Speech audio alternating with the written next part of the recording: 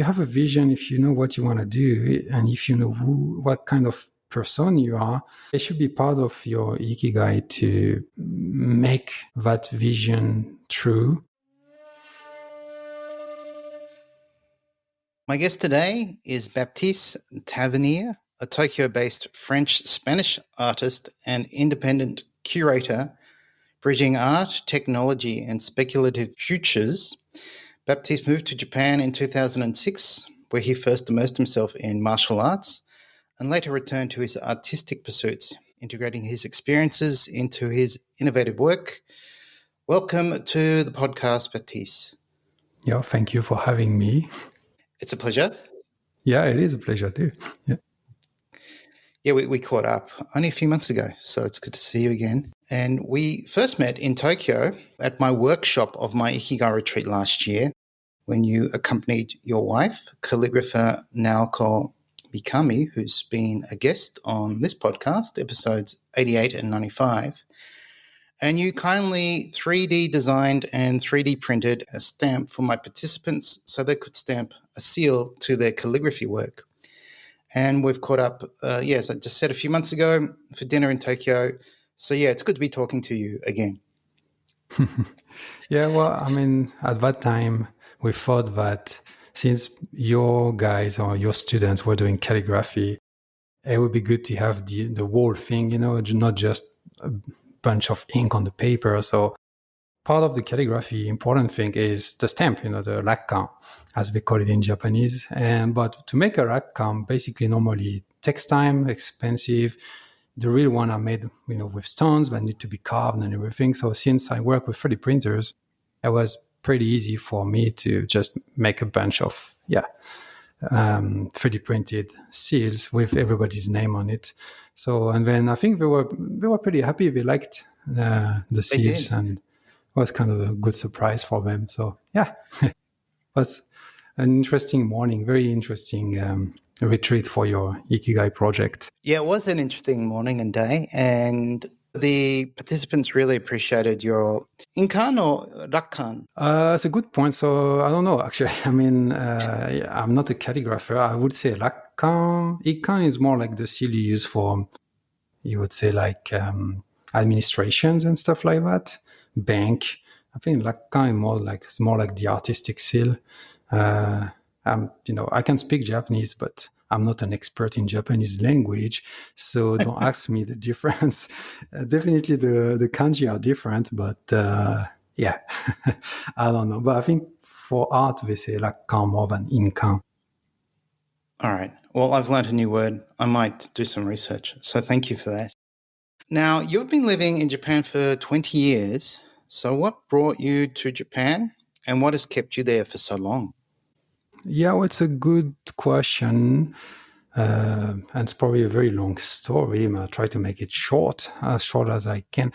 Well, basically, I was doing, and I'm still doing a bit, but at that time I was doing a lot of music, and I was a musician. I was a composer in Paris. I was in Paris, and I was also doing my PhD in musicology, and I'd been working on human-machine interfaces and how do you transduct data into sound, and this kind of very, very heavy scientific type of research with music and sound, a lot of acoustic and all that stuff. So I was doing my PhD in Paris, and I don't know, I think I got bored at some point.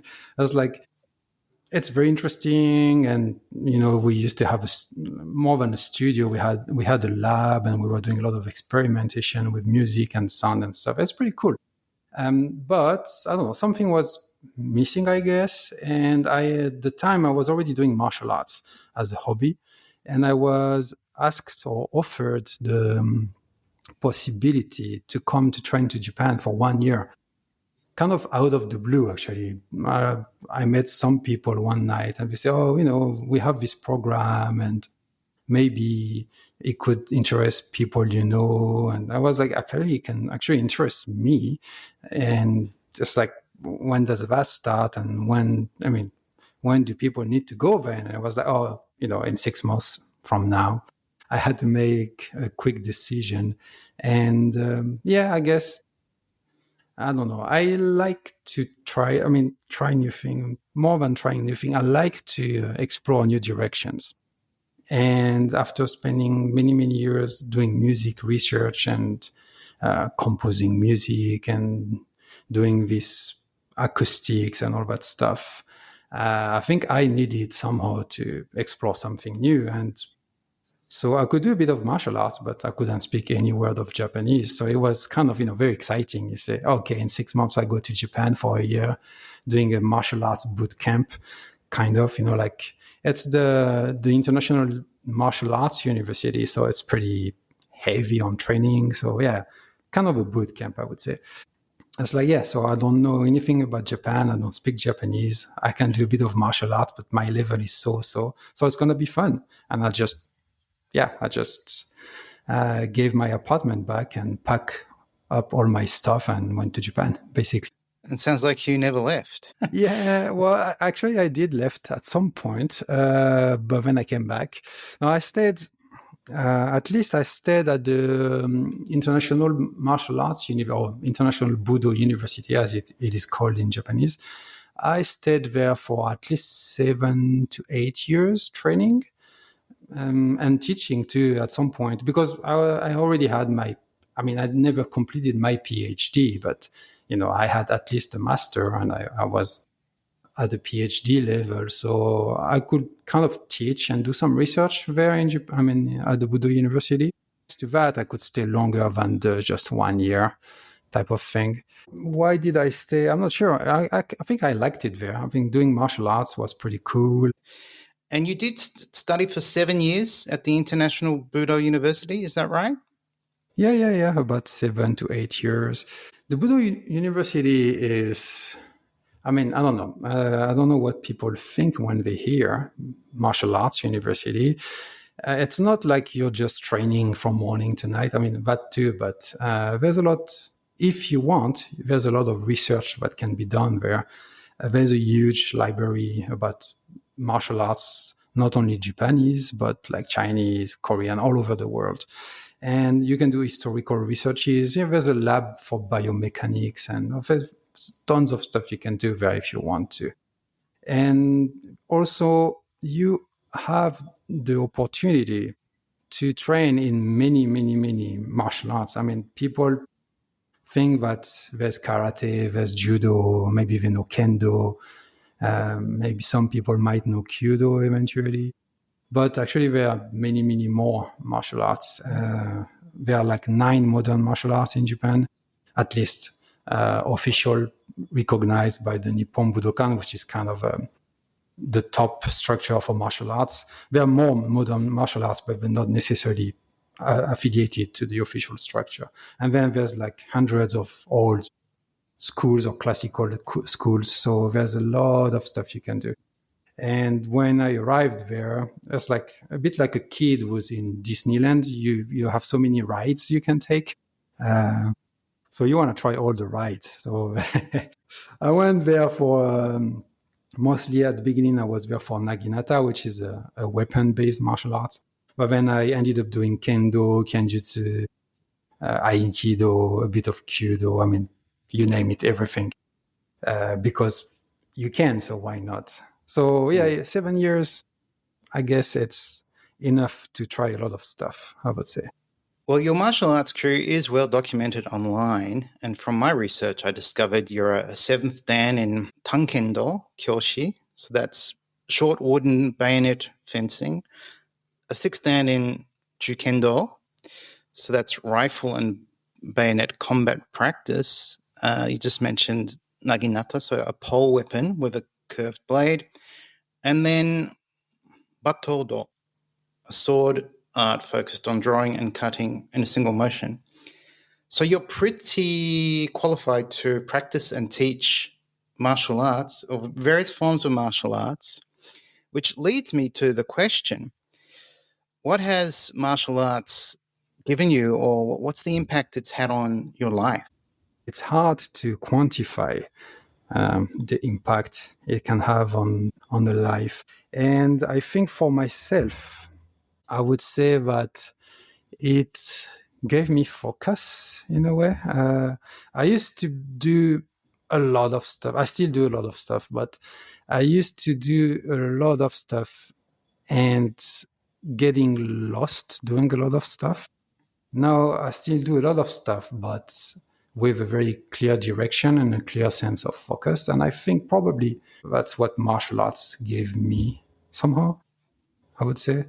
A better understanding of group and community dynamics. Because when you train in martial arts in the dojo, it's not just you training. You train with a lot of people with different background, different level. Some people are very good. Some people are beginners. Some people are beginners but learn super fast. Some people are beginners and it takes them 2 years to just, be able to make one proper move or technique. And so you have very, very different people in a dojo, and they all have their own dynamics and idiosyncrasies. And if you're a student or if you're a teacher, you need to be able to kind of like blend in, but at the same time, still cultivate your own, character. I would say your own. In Japanese, we would say like personality, I would say maybe in English. And so that group or community group, because in one dojo, but then if you take a martial art at a national level or international level, it's more like a community. And so those group or dynamics or community dynamics, I think Japanese Budo can teach you that very well. But that being said, I guess any sports or it doesn't have to be Japanese Budo. I mean, if you do football or if you do rugby, it's a group, and then you need to deal with other people in that group, and it can teach you a lot. So I think Japanese martial arts is the same. It just has maybe a slightly higher level of philosophical values, I would say. I think you're articulating it. It can be a ibasho, like a place to belong, communicate, learn from others, grow, have a positive future. And I did martial arts a few times. No, I didn't know. What did you do? Taekwondo. Okay. So, which is Korean, but I mean, it's the same. Also, you can high kick very well. No, I cannot. It was a long time ago. And I did learn a little bit of Iaido from a friend, which is fascinating, the art of drawing the sword, I guess. So you're a man of many interests or niches, I would say. We talked about this before we decided to do the podcast, and you seem to follow your curiosities and wherever they lead you. So I see you as someone who really lives their Ikigai. And we've talked about Ikigai, and we both agreed it's not a word Japanese use very often. And it's something rather personal, they keep to themselves. But I saw strong parallels between you and a few items of something called the Ikigai 9 scale. And that's things such as being interested in many things, wanting to develop yourself, and having the desire to learn something new or start something. So these 3 items you seem to have naturally embraced all your life. So have you always followed your curiosities? I wouldn't say that following my curiosity is my Ikigai, but it's something I kind of do naturally, and I'm not sure why. I mean, I don't have an explanation why. For me, it sounds very natural to, when you see something you don't know, to just jump into it. Or I would say even more than that, I think for me, I don't want to do stuff, or I don't want to do, on path that have been trodden by millions of people. Like, I'm interested in something which is not well known, because that's where there's a lot of interesting possibilities. And that's why, for example, like when you do martial arts, or at least Japanese martial arts, I mean, you either do karate or you do judo or you do kendo, and kendo is already kind of niche. Naginata, it's ultra niche. And my main martial arts nowadays is jukendo and tankendo. And this is even more niche. As like when I started in Japan, I was probably the only foreigner doing it. Like literally. That's what's very interesting, because then not only you have undivided attention from the masters, because you're the only white idiot doing it in Japan. So so it's like you're kind of a curiosity in a way. It's like, oh, who's that dude? What is he doing here? Well, then so you can get like, yeah, a lot of information, and you get a lot of attention, and you can grab a lot of knowledge. And that makes it very interesting. Yeah, I think maybe my Ikigai is to discover or explore terra incognita type of fields. Like, I mean, they're not incognita because some people are doing it, but they're so niche that, yeah, it's kind of new, at least for me. For me, it's more exciting, I would say. Well, that's the impression I had. So you didn't go to Japan and study one martial art. It sounds like you've studied 10 and you're proficient in quite a few. You've studied music and digital art. So let's talk about that. Let's talk about your art. It combines your diverse background in musicology, digital arts, and martial arts. And your work is characterized by the fusion of 3D printed elements and other materials like Polaroids, which are those wonderful photos you could take instantly and they would pop out of the camera. And you also use carved plastics. So that's, again, quite unique. So how did that begin? How did your artistic journey begin in music? Why did you study musicology?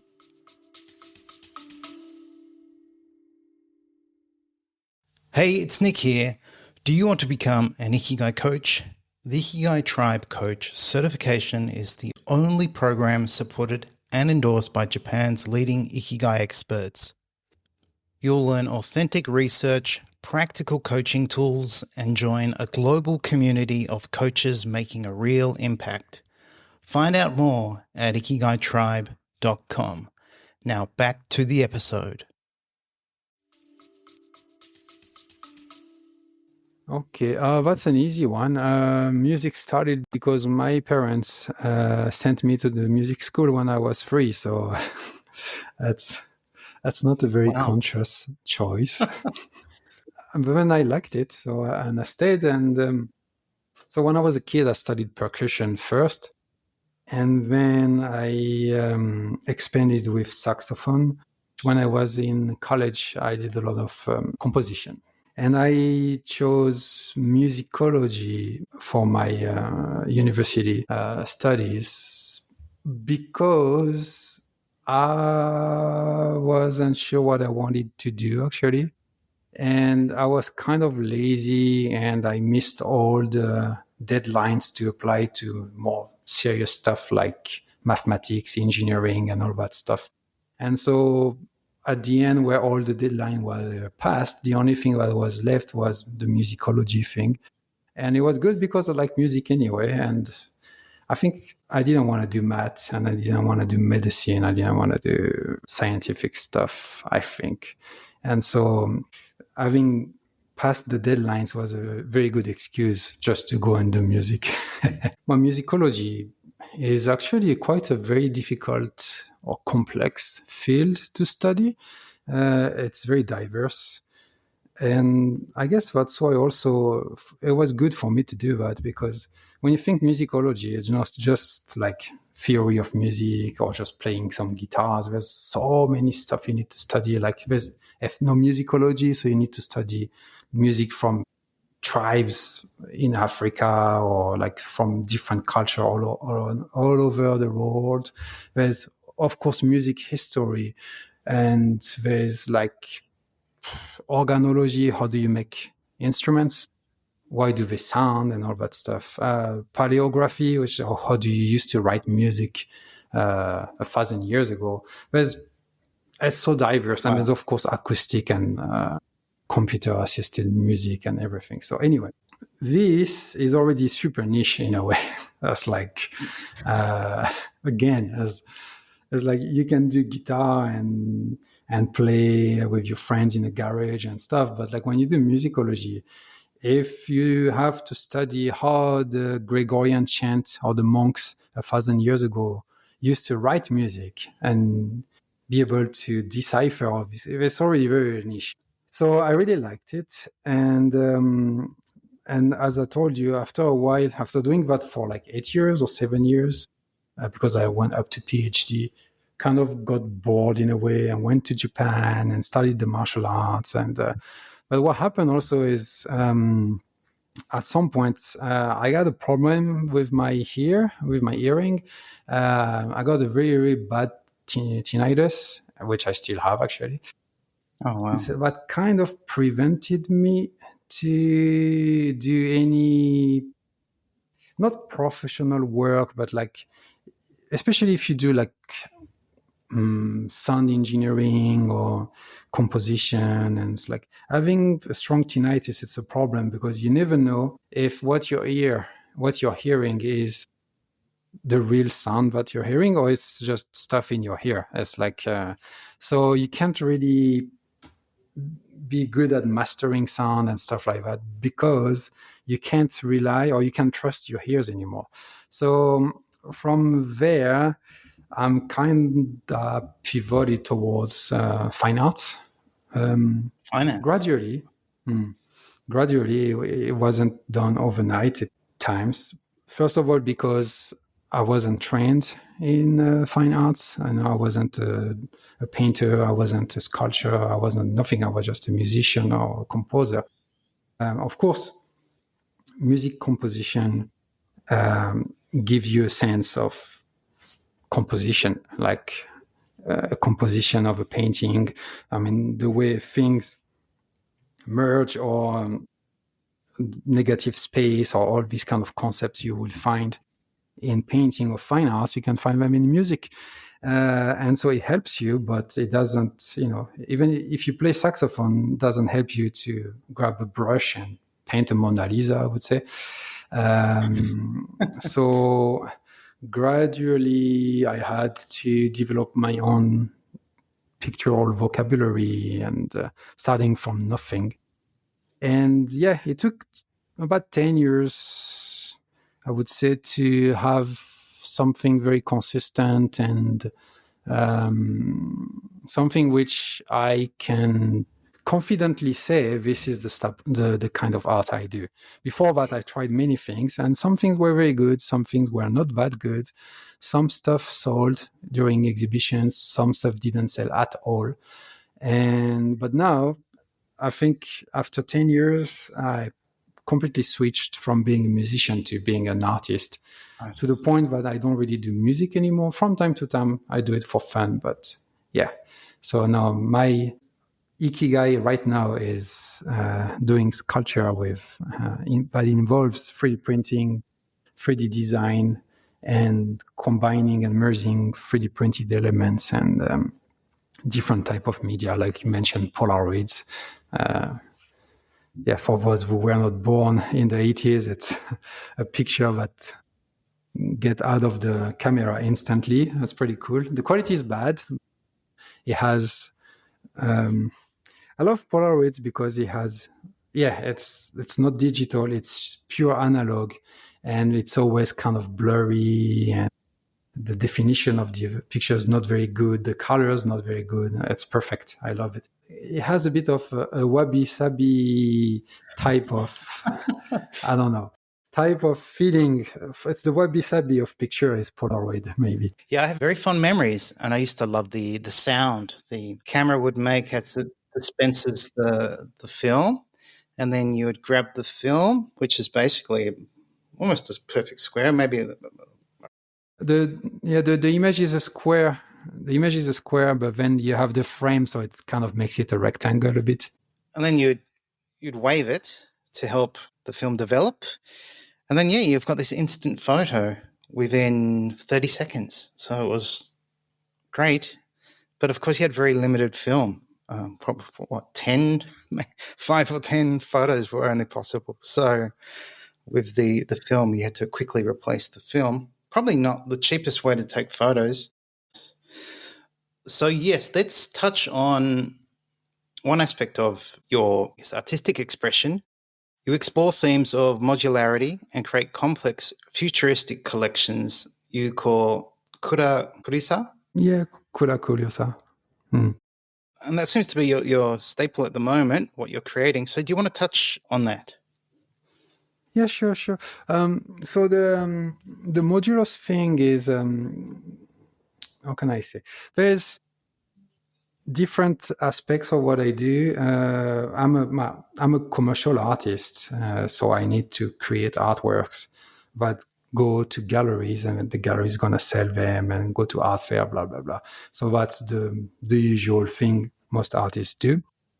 But because I use 3D printers as a medium, I thought that to honor a bit the medium, there should be a bit of, at least a small part of open source thing in what I do, because a lot of 3D printers enthusiast communities revolve a lot about open models and a lot of open source philosophy. So I cannot obviously do everything open source because then there's nothing left to sell in galleries. But I have a small collection of, I think, 40 modules, which are free, open source, and you can download them if you have a printer, play with them, modify them if you want a bit. And it's a modular thing, so you can just arrange them in any type, kind of, a maximized version of Lego. So you have like 40 bricks, and then you can just reassemble them and make your own layout. And at first, I was thinking to do the entire project entirely modular, but after spending a year or two on it, it became kind of evident that modularity has some limits. I mean, hey, you can make a modular system and use the same dimension or specs, so they can kind of merge into each other or connect to each other, and with no limit. But the problem with the no limit thing is, the more you produce and the more you tend to the no limit, the more I thought the quality was dropping. Mm-hmm. And so in order to avoid this quality drop, I decided to limit how much modular the entire project would be. And so now there's 40 modules that you can just play around. And then all the other artwork that I make, they're still in the same aesthetics, in the same kind of storytelling and lore around them, but they don't interface with each other anymore, in order to have a different type of quality and a different type of level of exigence. I don't know if it makes sense what I'm talking about. In my head, it's very clear, but if you have no idea what I'm doing, then maybe it's tough. If it's okay, maybe we can put some photos of your artwork on the show notes. People get an idea. I'd like to actually quote you from your website, because this is interesting. It is an interesting art form, and most people would be thinking, using a 3D printer to express yourself is quite unique. Hence, you are a man of uniqueness and a man of these unique niches. So the quote is from you: I often meet people who struggle to see 3D printed work as real art. The most common objection is simple: it's made by a machine. So how do you handle this objection? Well, yeah, it is. The ultimate step is made by a machine. And actually, it's not necessarily the ultimate step. Like everything before, like the 3D design, and like, let's say it's a sculpture. Let's say, like, recently I just made a kind of a giant jellyfish. I mean, you need to make the jellyfish. So it's sculpted and it's programmed on a computer, on CAD. but me as an artist, I design it. So that's kind of the first point. And then sure, once you have all the design and everything created, then the machine kind of make it real or incorporate it into an object. And that step is machine made. But then if you think about it, so is a photography, a photograph. The photographer, the cameraman, has an eye for the light and the angle and how much depth of field he wants and how much bokeh, blah, blah, blah, which lens he's going to use. But at the moment he pushes on a button, then the machine makes the picture technically. So, and then of course the photographer can use post-processing, analog one, or we can use Photoshop to do further edits. But in my case, it's true too, because once I 3D print something, and so I have this sculpture, which is made of plastic mostly, the sculpture is ready. I can always take a burner, or I can take what do you say, a welder, an iron. Soldering iron? Soldering iron, yeah.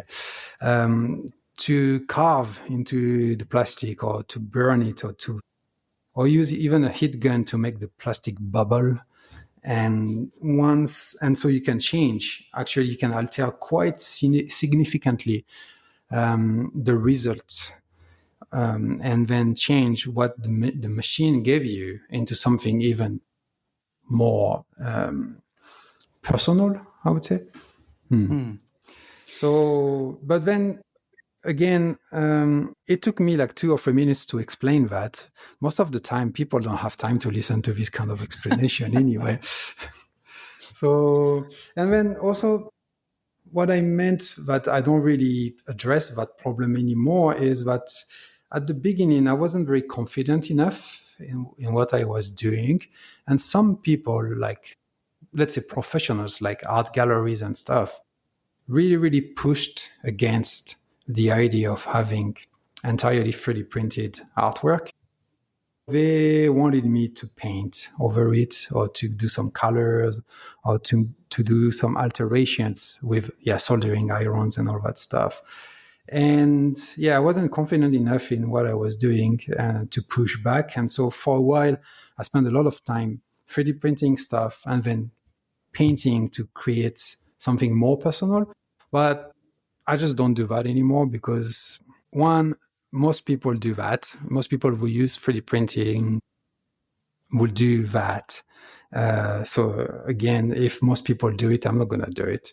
Two, I think 3D printing is actually quite a beautiful medium. Yes, it's plastic, but there's some beauty in plastic too. I got another objection from time to time, like, but it's plastic, so, pollutions and stuff, which I understand. I mean, plastic pollution is a real problem. But then the very people who tell me that are people who, like, generally they're painters and they use acrylic paint, which is plastic too anyway. So, I mean, you can't, what do? You stop painting, you go back to oil. Sure, I mean, can you do oil? It's much harder than acrylic. So sure, the medium of 3D printing, if you use plastic, can be controversial because of pollution. Although you can say that there's a lot of 3D printers nowadays that use recycled plastic. Another thing is 3D printer is kind of it's not very old as a technique. It's been there like for what, 10 years, 20 years maybe? Yeah, I mean, consumer level product that, everybody now can buy a 3D printer, but 10 years ago, that wasn't true. It was very expensive and very hard to use. So it's very, very new. And nowadays, a lot of 3D printer, even consumer level, starts to print other stuff than plastic. You can print metal, you can print carbon, you can even print chocolate if you want. Although for art, maybe it's not very suitable, but you can print concrete. Even so, a 3D printer that prints titanium. Wow. I think the machine costed like $2 million, but you can 3D print titanium. It's pretty cool. So maybe in the future, who knows, this plastic thing won't be really attached to the idea of 3D printing anymore. But yeah, right now it is partially made by a machine and it uses plastic. But that being said, there's a lot of interesting things to do with that medium. And since not so many people are trying to push the medium further and to dig deeper with it, then I decided to do it, to follow my usual Ikigai thing. I think it's wonderful. I mean, it's a form of creative expression, and your medium happens to be a 3D printer combined with all these other elements. So it's unique. And if we're going to segue a little to Ikigai, the mother of Ikigai, one of Japan's research pioneers, talks about self-actualization as the joy of creating something. And if you create something new that is unique to yourself, that's how you actualize. And I love that interpretation rather than this idea of having to be the best version of yourself we often hear in Western culture. So that's what you're doing. I guess you're expressing yourself, this uniqueness through a unique medium. And so what's it feel like when someone does buy a piece from you? Well, it's good for the bank account, first of all.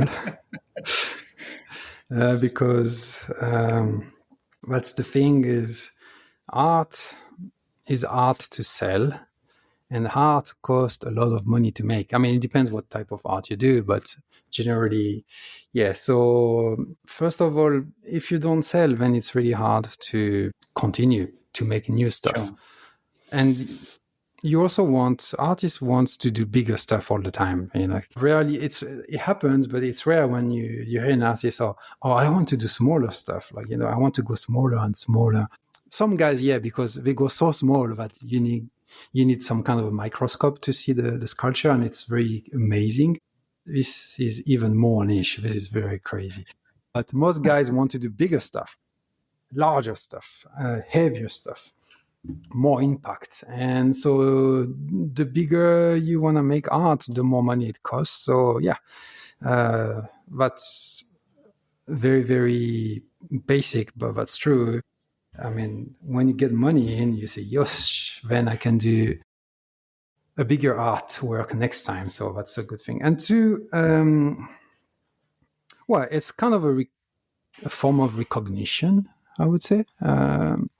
So it's like, oh, people like what I do, and thank you very much. And you like it so much that you're ready to, spend a bit of your money, which is a bit of your time, which is precious, just to acquire that. So it's thank you very much. It feels very nice, of course. And three, I think it also encourages you to kind of try to do an even better artwork or an even better work for the next one. You need to sell who you are and everything. And a lot of people preach that, and a lot of people listen to that, but I guess few really have the courage to actually do it. Because as soon as you see that your stuff doesn't sell, then you say, oh shit, I need to, change something. So otherwise, what can I do? If you have a vision, if you know what you want to do, and if you know what kind of person you are, it should be part of your Ikigai to make that vision true. So I don't know. I'm just thinking out loud right now, but maybe the worst enemy of Ikigai is fear, I guess. Maybe. Well, I think what you say is very valid. I think you don't want to compromise on what you care about, especially when you're expressing yourself. That's, in a way, that's why Ikigai is personal, subjective, and art is so expressive. So I guess, yeah, you definitely want to be true to yourself when it comes to Ikigai, whether that is art or your relationships, the things you enjoy. So I think that's a perfect way for us to end, actually. fear is the enemy of Ikigais. That's very quotable. And don't make compromises on your Ikigai. So I'd love to share your work on the show notes. So feel free to send me some of your latest work or the work you think is most expressive of you, and we'll put that on the website. And I'm sure we'll be catching up soon. Hopefully I'll be back in Japan and we can have a meal, and maybe I can view some of your artwork in person. Yeah, well, with pleasure. Anytime you want. Thank you. Thank you for your time.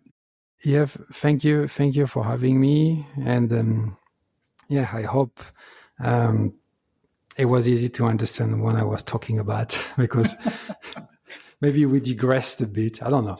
But anyway, I hope your listener will enjoy the show. I'm sure they will. And if they're interested in your work or what you do, what's the best place to contact you or reach out to you? Oh yeah, my website. My website also is very strange and hard to navigate, but that's the point. If you're not afraid, please come to the website. All right. So that's your name. Yeah, BaptisteTavenir.com. Okay. And we'll put a link to that. Awesome, my friend. So thank you again for your time today. Yeah, thank you very much, and see you in Tokyo.